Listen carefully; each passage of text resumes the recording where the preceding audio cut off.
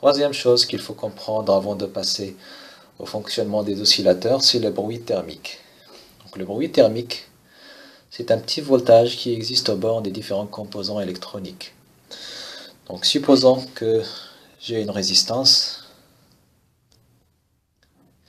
et j'essaie de mesurer le voltage entre ces bornes. Donc si vous utilisez un multimètre, bien sûr, vous allez trouver 0 volts, mais en réalité ce n'est pas tout à fait 0 volts. Pourquoi?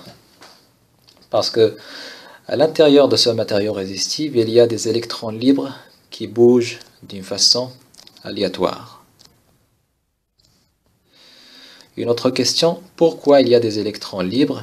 Eh bien, parce qu'il y a de la chaleur. Donc la chaleur provoque que certains électrons quittent leurs orbites et par conséquent ils deviennent libres et ça génère une tension très petite et aléatoire. Donc en réalité, ce qu'on a au bord d'une résistance n'est pas tout à fait 0 volts, mais plutôt un signal aléatoire qui prend cette forme. D'accord? Et la valeur maximale, ou bien la valeur efficace de ce signal, c'est presque 4 millivolts. Bien sûr, ça dépend de la température. Si la température augmente, le nombre de ces électrons va augmenter. Par conséquent, la valeur efficace de cette tension de bruit va également augmenter. Donc ça, c'est VR. Maintenant, ce qui est intéressant à propos de ce signal de bruit, c'est que il contient toutes les fréquences qu'on utilise en électronique. Donc ce bruit contient les fréquences de 0 Hz jusqu'à 1 THz. Donc 1 THz, c'est tout simplement 10 à la puissance 12 Hz. Ça, c'est 10 à la puissance 12 Hz.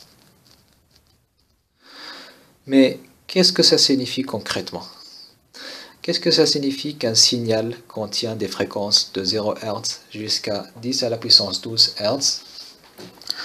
Pour répondre à cette question, j'ai choisi un exemple qui est simple.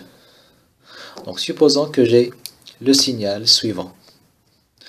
Donc en réalité, ce signal suivant peut être obtenu en ajoutant deux signaux sinusoïdaux. Donc voilà, premier signal sinusoïdal et deuxième signal sinusoïdal. Donc la fréquence de ce signal, je vais l'appeler F1, est égale à F0.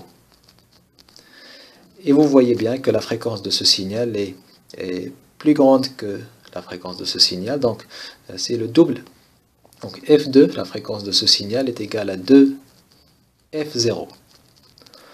Donc si vous ajoutez ça à ça, vous obtenez ce signal. Donc là, ce signal, on dit qu'il contient deux fréquences. Fréquence 1, c'est F0, première fréquence. Deuxième fréquence, c'est 2 F0. D'accord? Donc c'est ce que ça signifie qu'un signal contient des fréquences. Ça veut dire qu'on peut le reconstruire en ajoutant ces fréquences, en ajoutant des signaux sinusoïdaux ayant ces fréquences. Donc je crois maintenant que c'est clair ce que ça signifie, que ce signal de bruit contient des fréquences allant de 0 Hz jusqu'à 10 à la puissance 12 Hz. Donc maintenant, si vous comprenez ça, on peut passer au fonctionnement des oscillateurs.